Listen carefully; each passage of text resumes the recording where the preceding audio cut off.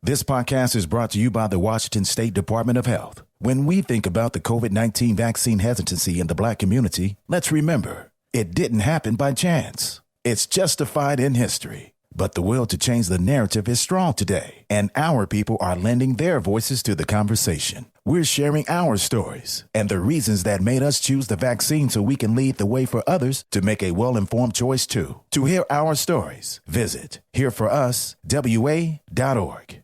What's up? It's your boy, The Ted Smith. Thanks for listening to the Men's Room Daily Podcast. Want more? Check out the greatest podcast in all the land, The Podcast. Be sure to subscribe and listen to a brand new episode every Tuesday night. Unfortunately, what you're about to hear is real. The members of this radio program are simply not that bright, or what some people would call educated. They are merely stupid. They're not trying to offend anyone on purpose. And all have played doctors on TV. You have been warned and are cordially invited to join the party.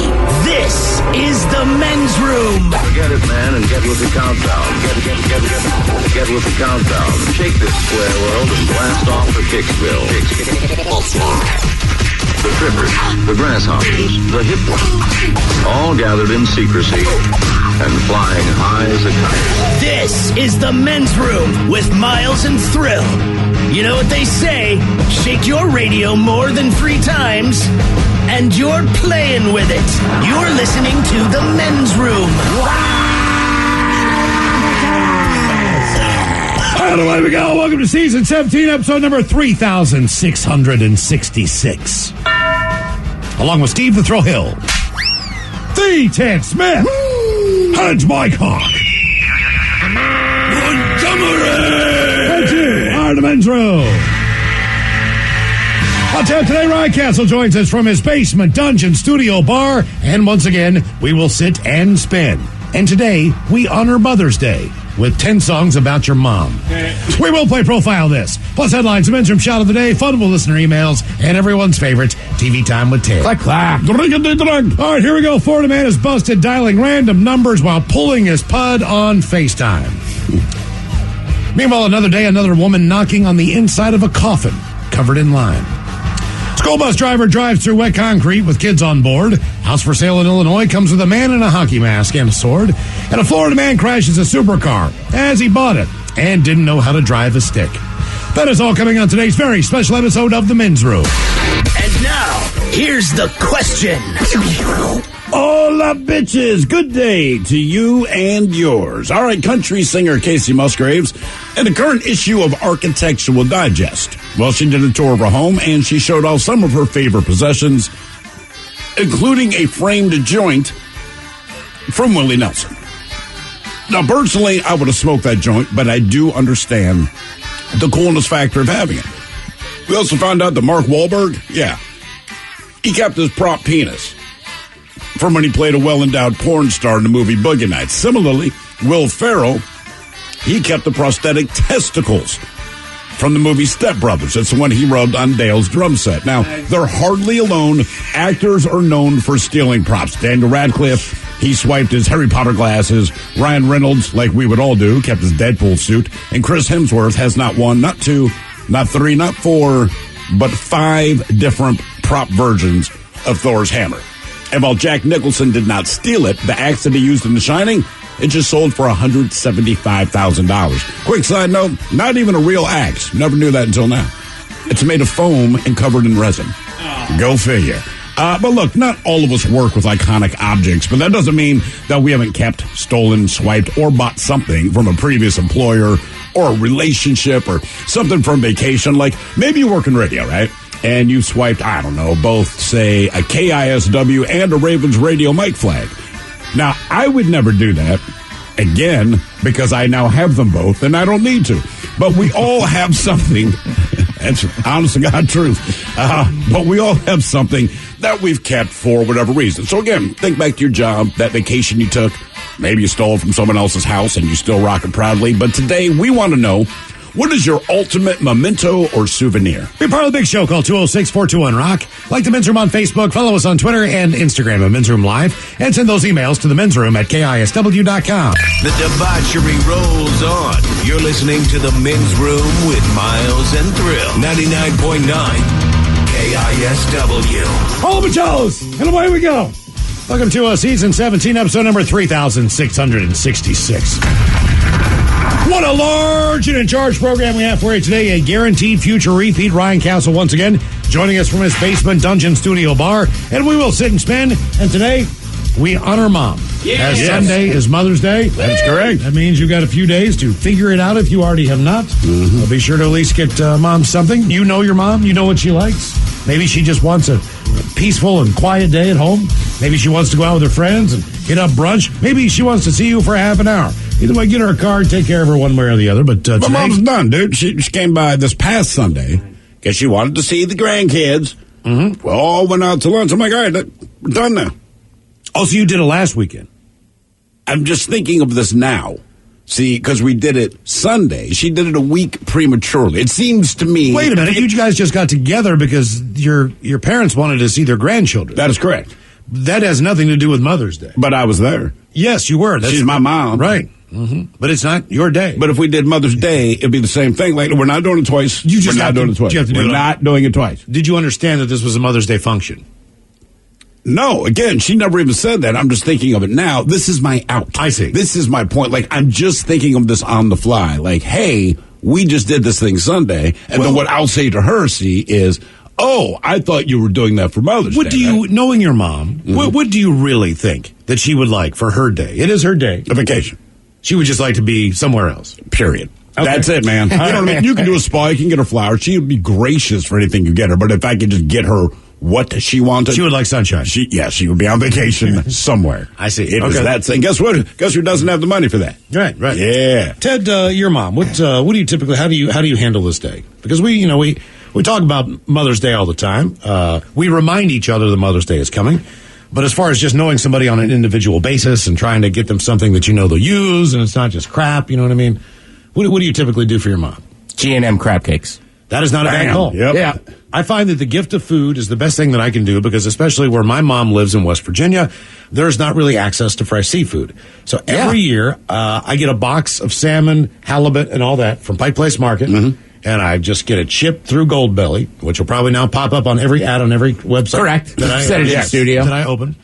But either way, they do a great job, and they'll get it there for her on Thursday. I typically get her 4 or 5 or 6 pounds of fish, couple $100 worth every year. And that's really the one big gift that I give her. I don't really do too much for her birthday, but a card. Holidays are just holidays. But on Mother's Day, I'm like, all right, man, the fish shipment's coming in. And every time she gets it, she's like, this is so great. I mean, she dives right into it. And I'm just glad she enjoys it because they ain't getting that in West Virginia. That's just kind of my mom. She enjoys it because you don't have to think of anything else now.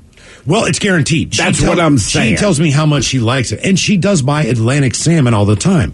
I don't know if you haven't tried it, I just had it in Florida. If you haven't had Atlantic salmon in a while, oh God, it's awful. Right. I mean, it's horrible.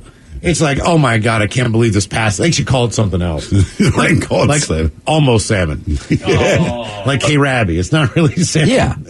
It's this tiny, and typically. Or spell it S-A-M-M-I-N. Salmon. And sometimes salmon. When you get smaller, you get more flavorful in the world of seafood. So, for example, a lot of people love halibut, but the taste of that type of fish is really, it's a lot better, believe it. It's not that halibut's not a great fish. Flounder has a much more flavorful type of profile to it than halibut. Essentially, they're the same fish. Dungeness crab is a little bit bigger. Does not have the flavor of the smaller blue crab. This does not translate over to salmon. It does not. The Atlantic salmon, the tiny, it's terrible. It is absolutely terrible. It is the worst thing I've ever had. The smaller oysters typically, I think, taste better than the big, long, chewy ones, you know? I'm with you. And there's a reason we never really ate salmon on the East Coast. But yeah, that's my mom. Terrible. Right, I get my mom some crab cakes for Mother's Day. Birthday, I usually get her something else. But she does the same thing for my birthday. She's like, what do you want? I'm like, send me some crab cakes. That's it. If you could get that back in return, that's awesome. So in honor of Mom, We have 10 songs about your mom coming up today on Sit and Spin with Ryan Castle as we celebrate Mother's Day. And don't forget to get your mom something nice there. And on to our, oh, by the way, we'll do a little Men's Room Happy Hour today, episode number 57. It's all coming out of me, man. It's taking a few weeks, but here it comes. If you don't have the Odyssey app yet, download it now. It's absolutely free. The Monday through Friday at 6, we go live to the Men's Room Happy Hour channel. So if you search for the Men's Room, you're going to see our daily podcast on there. So there's a couple channels up there. One of them is the Men's Room Happy Hour. That goes live at 6 o'clock Monday through Friday. It is more Men's Room. It is also an adult segment of the program, as we're not on the same rules as we are here on the FCC airwaves, so we are allowed to cuss. The content is a little bit more appropriate for those types of an off-the-air segment. So keep in mind, it is an adult-only segment. No children allowed, but join us, if you will, today for the Men's Room Happy Hour, episode number 157. And today on the question, we're going to talk about things you saved. Sometimes this is a hard thing to do as far as the world of, is this really important? Is this necessary? Is this something that you want to keep? There have been a couple of instances where, for an example, I was at a bar and they got rid of the very first Elysian tap handle that had Men's Room Original Red on it. Now, they had gone through a couple of different styles, but initially when Elysian Draft was put into bars, they had a very distinct handle. They changed that handle to give it a little bit more surface space as far as the label and logo of the beer. But the very first one, well, I'm like, hell with it. I'm grabbing that tap handle. Hell yeah. I mean, that's going to be mine. I'm taking that thing. So believe it or not, I have 2 tap handles. 2 tap handles. I have that one, and one night I was sitting at a bar, and the keg blew, and it was a Georgetown beer, and it was specifically for the Pearl Jam home shows. Georgetown Brewing Company made a beer for Pearl Jam for their 3-night shows at T-Mobile Park. Yeah. So what I did was, as soon as that keg blew, I was like, I want that tap handle. Yeah. And then $20 later, I got that tap handle. So I have 2 tap handles. I got a Pearl Jam, and what am I ever going to do with them? I don't ever think I'll have a kegerator. I don't ever think that I'll have a bar in my house or anything like that. But I got 2 really cool tap handles. Yeah, I got the Men's Room tap handle as well. Why I've got them. Because it's important to you. I just don't think about keeping it. Is it worth anything? No. It matters to me. That's why That's exactly I have it. So, yeah, I got the tap handle that just sits lonely on top of the bar. We have a bar in the basement. There's no keg. It doesn't matter. It's still, actually, it's sitting in a cup. Sure. So it's vertical. I've got Men's Room Red coasters. Yeah, I got a few of those At home that I have in a stack as well. So there's just weird I things. have one bottle from each of the beers we've done. I have a can from Men's Room Red. So they're all empty. Keep in mind, I'm not saving the alcohol for posterity. That disappeared quick. But the empty vessels, all of those are on display. And I keep one of every T-shirt that we've put out since we've been here. Right. I never wear them. You will almost never see me in a Men's Room shirt. I don't need to advertise myself when I go out, because my wife would, you don't wear them. I said, right, but I keep them because the kids find it interesting as well. It's got to be like 25, 30 shirts deep now. So they dig through it. They think some are funny, some are stupid, whatever, but it's all of them. Right. Yeah, I don't have it's not too much like gear from here that I wear. But those hats we got last year, those beanies are super comfortable. Dude, they really are. I mean, that might be Like one to of the the point best I've things had we some of my did. friends, they're like, you don't usually wear work stuff a ton. I go, no, try this on. Oh, can I have one? Go buy one. Yeah, my wife rocks she'll rock all the hats we have. So she likes the KISW trucker hat. Oh, yeah. And one of That our, was a good one. we're trying to mail these packages, whatever, like at FedEx or UPS or whatever it is.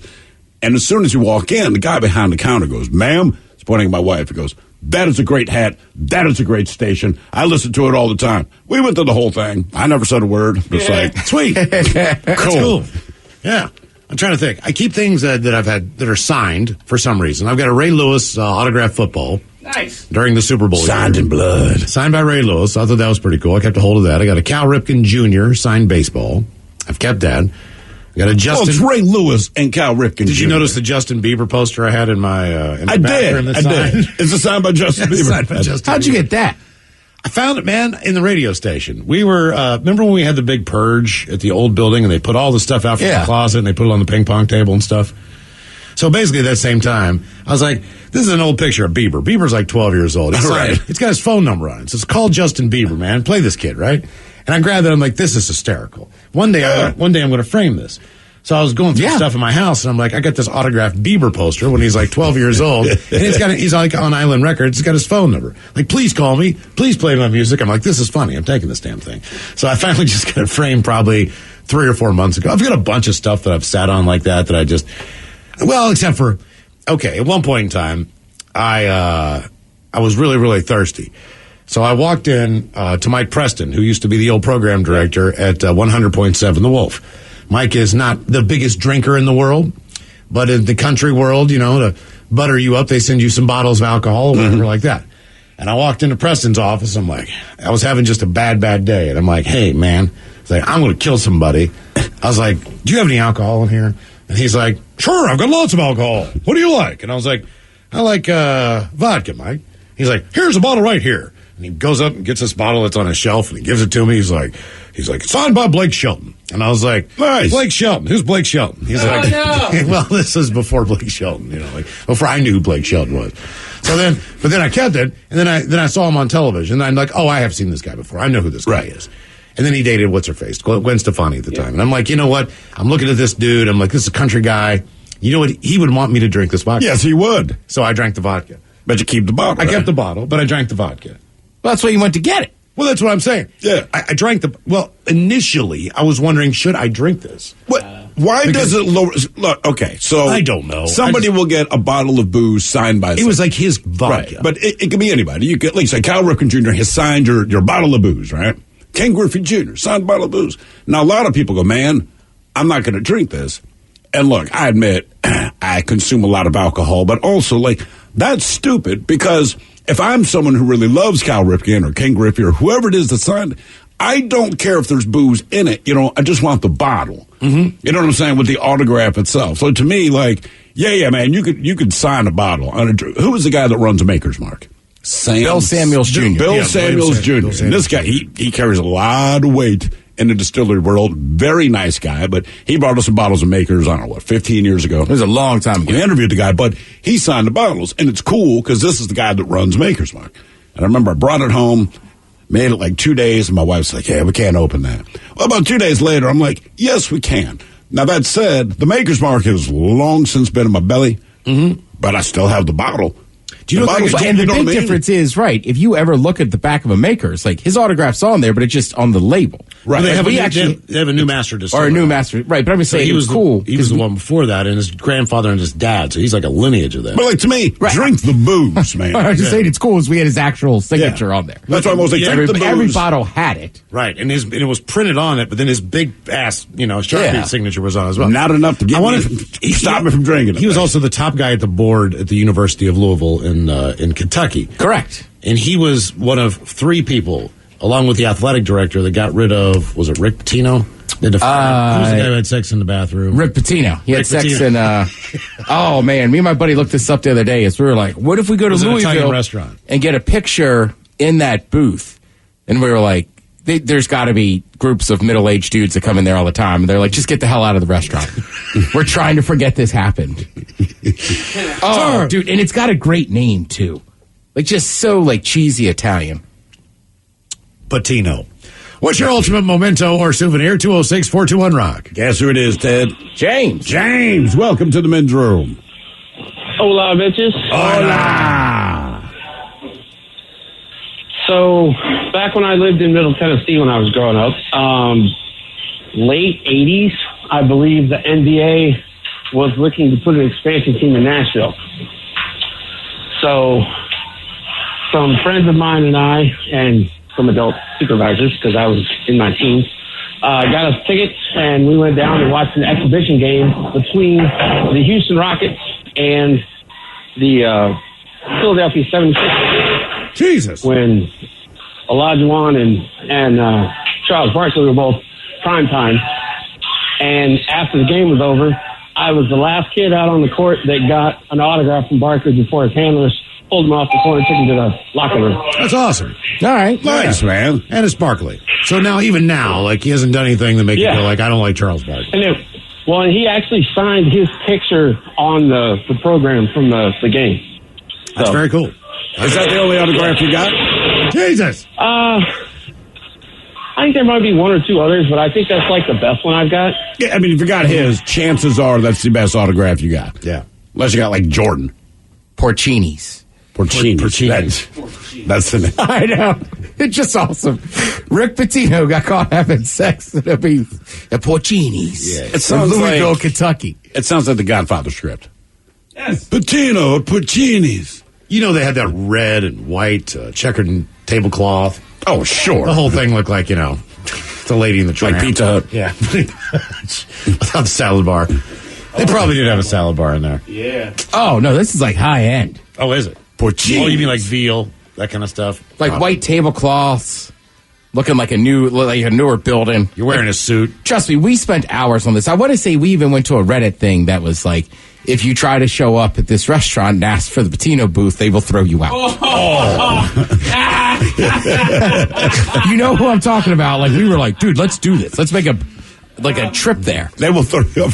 Yeah, I'm pretty sure we read that. People were like, don't bring it up. They're really not happy that it happened in their restaurant, and they don't want to talk about it. You can sit at the Papa John table. Yeah, right? What's your ultimate memento or souvenir? 206-421-ROCK. 99.9 KISW. The shenanigans continue. This is the Men's Room with Miles and Thrill. Mark Wahlberg. He kept his prop penis from when he played a well-endowed adult film star in Boogie Nights. Dirk Diggler, I believe was his name. Dirk Diggler. During his appearance last month on the Ellen DeGeneres show, he said, quote, "It's in a safe locked away. Not something I can leave out." Quote, "All of a sudden my kids are looking for a spare phone charger and pulled that thing out. The hell's that? Wouldn't be a good look." Mark thinks one of his daughters has seen the movie, probably the oldest, but thanks God that she has spared him from having a conversation. Do you think she wants to talk to you? Do you think a daughter wants to talk to her father about her father pretending to be a porn star with the big penis? They do not. He's got two daughters, 18 and 12, and two sons, 16 and 13. So he thinks the oldest daughter's probably seen it. But probably. Our question, what is your ultimate memento or souvenir? 206-421-ROCK. I like what this guy's at. He says, I once stole a first-generation Jägermeister machine from the bar I used to work at. Holds 3 liters at a time, gets as cold as ice in about 8 minutes. I still have it. I still use it to this day. Nice. For parties and everything else, that would be cool to have. That is perfect. And someone here, I like this, a piece of petrified turtle poop from millions of years ago. How do you know? Okay. You have to take the word of the person who sold it to you. Okay. I don't think he found it. Like, if somebody found it and you're not an archaeologist and you said, man, I'm pretty sure this is petrified turtle poop, I'd be like, I think it's a rock. It is a rock. That's not. Well, yeah, I guess if it's at that petrified, point, it's a rock. So how can you identify the source of said rock? I don't know. They know what they're doing. Yeah, yes, I don't know. Hello, Robin. Welcome to the Men's Room. Hola from beautiful downtown Polsbo. Hola. Just like it says on the brochure. You should do their marketing for the travel campaign. Get on to Polsbo. It's beautiful. Yeah, I should. Yeah, man. Okay, well, this is going to be probably the oddest one you'll hear of the day. I have my dog's nuts. His testicles. Why do you have his testicles? Well, I collect oddities, obviously. And when it was time to have him fixed, he has since passed on, but when it was time to have him fixed, I took him to my vet and I handed her a little jar and I said, I'm going to need to keep those. Did she and ask she knows why? me so well, she said, of course you are. Of course. So let me ask you this, and I don't know how dogs think or perceive things, but I know how I do. So while your dog was still alive, were these testicles in a display that the dog could readily see? They were up on the mantle because people used to say to me, oh, that's so mean that you had them fixed. And I said, what do you mean? I still have them. They're right over there. Now, see, I don't think having a dog fixed is weird. I think keeping the testicles is the weird part. I think the torture is letting the dog know, remember those testicles you had? They're right there. Did you have the dog cremated? I did. Did you keep the ashes? I do, yes. So you have the ashes and the testicles. You can't keep testicles and not keep the ashes. If you said, well, Why? you got one want or the the other. ashes You got or one the or the other. testicles? You got one or the I'm other. taking the ashes. I mean, no one wants. I don't know. Can people identify what the dog testicles are when they look in the jar, or do they have to ask, like, what is that? Well, here's the thing. I actually forgot what they were at one point. I packed up all my stuff and put it in storage. And the next apartment that I got, I'm unpacking things. I'm putting everything away. And I pick up that jar, and I'm looking at it, and I'm going, what is this?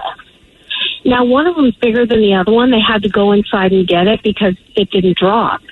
But I swear to you, I must have sat there for 45 minutes going, what is this? What it wasn't else? the only thing I had in the jar. What else I did had you some run frogs. through? What else did you think about? I mean, like, I feel like if I had a jar of dog testicles, even 50 years later, I'd be like, oh, those must be the dog testicles. Like, there is not a Rolodex of other things that I'm thinking it might be. Mm-hmm. Well, the funny thing is I'm sitting there and I'm staring at this jar forever, and all of a sudden my dog walks by me right in front of me, and it hit me like a ton of bricks. Oh, these are yours. Yeah, that's why we walked in front of you. Am I the only one who thinks the whole ashes thing is a scam? I mean, it is. Okay, here's what I think. All right, look, you got like, and there's only like 2 places in Washington State that do this. Right. And this is for animals in particular. I know there's more places for humans, but I know for a fact there's 2 places in Washington State on the western side. They burn. There are so many dogs and cats that you understand that are like on a busy day in a hospital, an emergency. They're in bags in the hallway. Right. They need to have these things picked up. It's a little bit disturbing, but it is what it is, and you understand if you've ever had a pet before. Either way, guy comes in a truck, he picks all these damn things up, and he takes them wherever he takes them, and that's just one place. So you think they're collecting these things from 200 clinics, 100 clinics. Right. They all go to one spot. They all burn down. I say there's a big pile of ashes, and you put a scoop in there, and you put it in a box, and you hand it on down the line. It's not your dog. I just don't believe. But the whole thing's a scam. You could get a cremated person. Most death stuff is a scam. It's a scam. Right. Even, look, someone says... You die, right? Yeah, but I doubt those are all, if any of them it are your doesn't matter ashes. if they are or not. You're selling comfort. The thing about death, I the understand beauty of that. the scam is they can have a beautiful coffin that you're never going to see again that you put in the ground 6 feet up. That's stupid. We do it because we have an emotional attachment. Those can be cigarette goddamn ashes. The point is when you get it, that's what I mean. They're selling comfort. They're not really giving you ashes. I mean, they gave you ashes. I don't know who's in my closet. I believe Could that. be my dog, but I believe that. I just don't believe that. Again, the ashes in your closet that you've been saving are your dogs. No, it's part of my dog. But I guarantee you, a lot of people's everything. dogs. Whatever. I mean, even with There's no caskets, like, is there any, like, I don't know. I've seen family members buried. I've never seen the dirt go on top. I don't even know if it's them in there. Or if the casket stayed in it. Yeah. I mean, right. I mean, I just feel like it could all possibly be a scam. Absolutely. Not saying it is, but you can absolutely, because all you're doing is selling comfort to grieving people. And there's no easier mark. The casket gets lowered. There's nobody in it. They basically just went and burned the body somewhere else. That way it doesn't really... or you're in a crappy coffin that's made of pine wood that they drop in there when everybody rolls out. It doesn't disturb the drinking water or anything like that, so you don't... Yeah, I mean, like, and no offense to, like, my parents or anything, and I don't know what their wishes are, but, like, I'm not going to drop a whole lot of money on, like, a casket or something. Because it's like... we're taking this, and then we're sticking it 6 feet underground and then covering it in dirt. And unless you are part of some forensic examination, you're not going to be exhumed. Like, that is the most pointless thing in the world to me. I just know for a fact there's 2 animals in a closet that I'm 100% convinced are not the animals that were alive, but I still got it done. So, like with Dr. Gomez, I was on to it. Would you like Dr. Gomez's ashes? I'm like, no, I don't need a pyramid stack in my closet of dead things I've owned. Yeah, I mean, it's just comfort. I don't even know what the hell's in there. It might even be from an animal. They may have just, like, burned their fireplace. Right. Threw some ashes. That's what I mean. But when you got them, you're like, oh, thank God. Yeah. And that's all you need, right? What if there's honey in a box? No, I mean, look, they went to a better place. You don't know that. Once you don't know anything, but sell comfort, man. It is easy freaking money, right? What's your ultimate memento or souvenir? 206-421-ROCK. Hello, Brian. Welcome to the men's room. Boo, bitches. Boo. All right, so I'm a machinist. I started as an aerospace machinist, and I've sent parts to space and obviously on planes. And I've got a wall full of parts of either extras or bad parts because, not every single one comes out right. And sometimes we have to order extra material to make sure the job's going to run right the first time. And if the customer doesn't need that part, I take it. Okay, so basically you got every mistake you've ever made. Kind of. Okay, all right, that's cool. Any missions that we know about, any rockets that we know about that we've heard of? Yeah, the Orion, that's the big boy, right? And yeah. the manned portion of that. There's a part that doesn't have a guy in it, and then there's a part that has a guy in it, and I made a single little tube for the manned part of it. I have no idea what it does. So you make these things to spec, but they never really tell you like what the purpose of this is? Right. There can be a part that's going to space, and it just says like galley fitting or something like that. And when these rockets launch, do you have a vested interest in other words, if it would happen to be during the workday, do they put it on in the office, or do they care, or is it just like it's next as far as the parts go?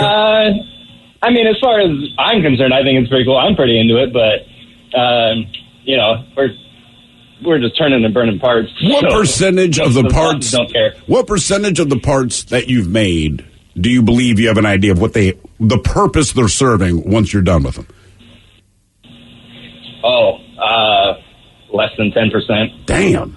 And I've been doing this for 7 years. They don't let me know much. So what about, you think back to something like the Challenger explosion back in 86, okay? So this whole thing goes down in flames, 7 astronauts lose their lives, and it comes down to one of the simplest parts to fabricate, which is like a rubber O-ring for whatever purpose. So do you think the people that produced even the O-ring had any idea the purpose it was going to serve on this rocket until after the information comes out? You know what I mean? You felt it was tile before that. Here's me and Miles going, dude, all we do is make rubber O-rings for some contractor, NASA. I think we just killed people. So here's the deal on that, is that the company that would have made those O-rings, they would have had to sign an NDA. So they don't get told as much as they should. But every part that we make is tracked back to that shop. Okay, all right. Down to the material that was ordered for that job before it was even made into a part. And how long does it take you to make one individual part typically? I mean, not to toot my own horn, but I'm pretty good at what I do, and some parts range like an hour or two, and some parts can take a whole week. So are these things, do you ever make things in bulk, or is it just like, even if they're going to make 10 Orion rockets, you're still making one piece at a time? You know what I mean? Yeah. So a lot of it is in bulk, but there's job shops that just do ones and twos and stuff like that, and that's what I'm at now. Okay, that's a cool job. That is a very cool job. It's kind of cool, you guess. Until something goes you bad. might enjoy doing what you're doing, but you don't even necessarily know what it's for. Like, you just killed 800 people. Like, oh, God. Do you remember that Malaysian airline that went down a few years ago? And they found it. Guess what? It was your part. Right, exactly. We traced this back. Yeah, that would be brutal. And it's always the smallest thing. Sometimes there's just a design flaw. That's understood. But when it comes down like this one single screw, like with the Challenger, like this rubber over, all this money and tech that goes into these things, and it's always just, yeah, dude, you didn't screw it tight. There was an oxygen leak, and the pilot decided to light up a cigarette. Right. Good news. What is your ultimate moment? Yeah, please do not smoke on this plane. Pilots up there just, oh, yeah, man. Marlboro country. Right, there's no way he would have smelt it. What do you mean? The oxygen. Oxygen? Because it's oxygen, right? You're not going to smell oxygen. So that's what I'm saying. That's just such a horrible, horrible thing. Do you think regular pilot, like on U.S. domestic flights, do you think they're chiefing in the cockpit? Not at all. No. I think the story, it was just very common, because where was that flight out of? It's like Egypt or something. So right, but it was like, I guess, because it was 6 or 7 years ago, it was very common that's just what the pilots did when they were flying. I'm pretty sure even with natural gas, they put something in that gas that smells. Yeah, so correct. Natural gas. If not, you wouldn't know. You just light a cigarette and blow your house up. What is your ultimate memento or souvenir? 206-421-ROCK. Propane, right? Yeah, what about propane? I think, is it natural gas or propane they add? They definitely do it with natural gas. They might do it with propane as well. All right. If it has an odor, then they'll probably keep it, but if it doesn't, they always add one, so you know. Yeah. And they came up with that idea after something bad happened. Oh, yeah. Yeah, for sure. Mm-hmm. Like, nobody said, man, we should add a scent to that. Instead of, hey, did you hear what happened to Larry? Went to light his fireplace. It's not. You stopped smoking. Yeah. You don't smoke cigs anymore. Yeah, he stopped smoking because he blowed up. Hello, Sam. Welcome to the men's room. Hola, bichola. Hola. What's chicken bacon? How are you, sir? Well, doing well. Hey, I've got sand from the landing beach at Iwo Jima in a mason jar next to my bed. Did you physically grab this yourself, or was it given to you? I physically got it myself. Back in '99, I was in the Marines, and we were forward deployed to Japan. And we got to go to Iwo Jima, and one of the things that they said you could keep if you got it there was sand from the landing beach. And being a Marine, I definitely wanted that. So I've got it, and I've had it since, and it sits next to my bed. And occasionally one of my kids' friends will go into the Marines or graduate boot camp or something like that, and I'll give them a little vial of it. That's very cool. That's kind of a cool thing. That is very cool. Yeah. Would you want to, like, grab sand from, say, Normandy Beach? Just thinking of these big epic battles. All right. It wouldn't mean as much to me because, Sure. you know, that's you know, the Marines' history is the Pacific. Two things I had as a child. I had... Right, I mean, Iwo Jima's, that's got to be one of the most famous images ever of them putting up the flag. Absolutely. I had a vial of sand from Ocean City, Maryland. Not known for What? anything. Yes, I did. Well, I collected it. Come on, man. I went to Ocean City. I was on vacation. I was a kid. It was very important to me. You could have just dumped your shoes in a bowl. Also, I had ash from Mount St. Helens. Okay, see that? I go, man, that's kind of interesting. Miles, I told you, I tried to do it when I was a kid in Panama City Beach, and like, it's like, we'll just walk across to the beach, because they would, like, sell you little things of sand. Mm-hmm. Yeah. But if that you was never a been souvenir shop. Right, if you never go to the Gulf Coast, like, the beaches are, like, snow white. You're Like, right. The sand there definitely looks different than most of the sand. But sand from Ocean City, Maryland, man, that's the equivalent. As a kid, though, when you go to the beach, you're like, man, you ever been to the beach, man? But we live here in Seattle. You go to someone's house, they live in, say, Mount Vernon. You go, oh, dude, where's that sand from? And they say, Golden Gardens Beach. It would be like that. You just say, why, man? That's cool, man. Yeah. I mean, seriously. When you're a kid, you look forward to summer vacations. No, I get it, man. Look forward to going to the beach. There's water slides. Whatever happened to your Ocean City sand? I probably kept it until I moved out. Any kind of memento or anything like that. The other thing that I got were those little things that you look and take pictures where they come around. There's a bunch of kids that have like cameras, and they run around on the beach. And then they take a picture with your family, and then they give you a little viewfinder. Like later on, you find out where their booth is. And you get like 9 million of those on keychains. I was going to say, that was like a massive deal. And it, like, everybody would come back from the beach, especially when school started in the fall, and it'd be like, oh, look at the picture. We are actually on the beach. Everyone's summer vacation. You're 7th grade, there's this chick in a bikini, and she's also in 7th grade. You're like, let me see yours. Oh, wow. Oh, that was not lost on you. Yeah, man. Hey, I went on vacation, and everybody. And you knew the chicks... Ladies, looking back. They had like 9 of them. If you ever did one of those pictures, you'll understand. Some of the girls in the class, hey, I also went to the beach, and they got a response like, that's cool. And then different chicks, I went to the beach, and we would fight to see let me see your pictures. Oh, yeah, that looks like fun. What is your ultimate memento or souvenir? 206-421-ROCK. I mean, dude, I remember going to the beach with somebody else's family and getting back, and people were like, was his sister there? I was like, yes. Did you see her in a bathing suit? I did. Tell me all about it. Like, give me a soda. Right. I got time. But you're right. I mean, nowadays, like, you could just go, Instagram, Facebook, you could see pictures of everybody. But yeah, like back then, it was like, holy cow, man, you saw it.